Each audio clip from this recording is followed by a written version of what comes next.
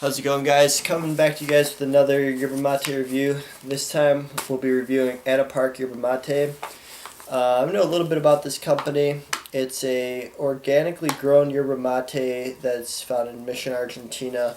They have a nature conservation there where they, conserve wildlife, everything across the board, and they grow some outstanding yerba mate there.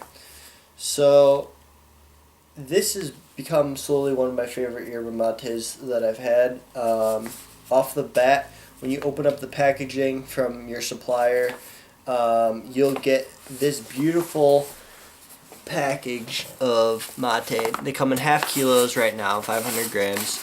The packaging that it comes in is like this craft paper feel, kind of like the lunch boxes or the lunch bags that we would get as when we were kids. So the presentation off is completely different than your common yerba mates like Cruz de Malta or like Pipore or something like that, which has that kind of like plasticky wax paper feel to it. So just off the bat, it's kind of like just nice to just get this in your hands and you're like, all right, this is pretty sweet. I got this stuff from yerbamateland.com.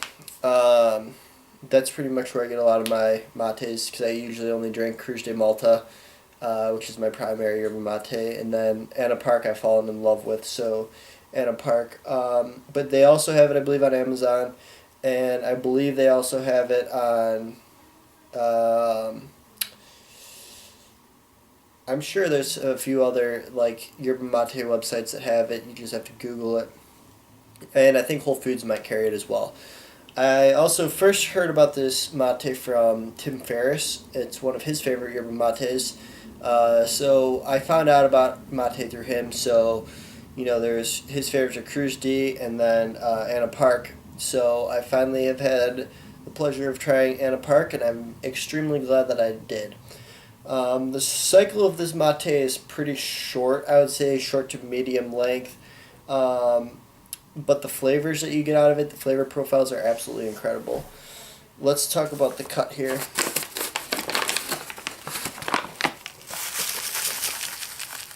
So there is a ton of palos in here, as you can see. I'm about halfway done with this bag. There's a lot of leaves in here also, but I would say that a lot of the bag contains palos, which is not necessarily a bad thing.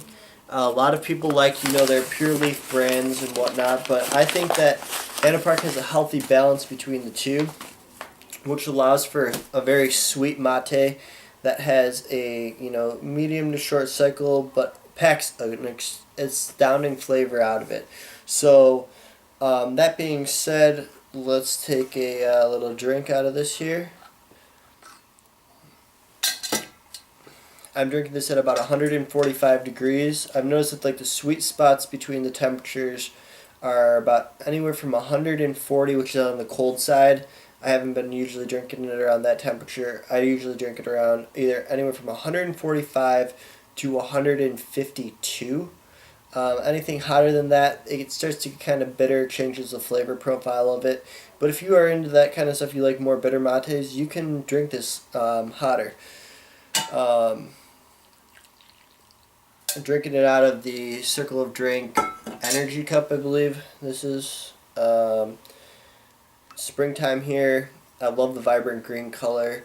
When I'm out sitting on the deck or whatever, just having it on the table and all the trees are budding and it's beautiful across the board.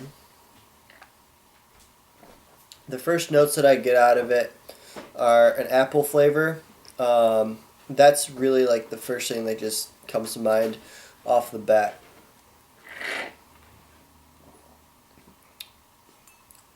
Not too bitter. I've been sipping on this a little bit. I'm about a quarter of the way through the thermos here. When it sits for a while, it gets kind of bitter. But off the bat, it's got this nice green apple kind of flavor to it, as well as kind of a floral flavor as well. Not too earthy, like a lot of Argentinian mates are. So that's kind of nice. It's a nice little mix of both. Some other flavor profiles that come out of it are pine. So you can see it's just very delicate, sweet, aromatic off the bat. A similar mate would be, I would say, Mission by Circle of Drink, if you guys have had that one. Um, Other than that, I mean, there's very few that really compare to this floral flavor that comes from it. I would also venture to say that Liebig or Liebig is kind of similar to that. That mate is extremely hard to come by. I had to order that one from unmate.com, I think, or something like that. So it took a while for it to get here. And when I did, I ordered like at least, I think, 2 kilos of it. But man, I fell in love with that brand. I'll have to do a review on that for you guys shortly. There's some honey notes that come out of this also, like some wild honey. Um, Not like that stuff that you get in the store, but like the natural organic stuff that's kind of like solidified, like that kind of flavor. I mean, overall, I would say that, if you're looking for a sweet, not like a suave, because I wouldn't say that it's a suave. It's not that delicate, but it's on the more delicate side. With light floral flavors, fruity. I would say also. Not so much of that barnyard grassy hay kind of flavor that you normally get out of this. So if you're looking to pick up a bag, highly, highly, highly recommend it. Anna Park Yerba Mate. I will post a link to where I got it from in the description of this video, as well as a link to this Telegram group that I also just joined. We talk blends, everything from blends to different brands, the history of mate, everything. So I'll include that in there as well. It's a free group if you guys want to talk mate further. If you have any other questions, comments, concerns, leave them in the comment section below. If you have any other brands that you'd like me to review, I pretty much have I have a lot of brands of mate here at my house, so I can review pretty much whatever you want me to review. I'm happy to do so, since there's so few videos on the internet of these wonderful brands that people carry. I mean, someone's got to review them, right? So I appreciate you guys staying with me through this whole video, and make sure you like and subscribe, and stay tuned. More videos coming to you guys shortly. Thank you so much.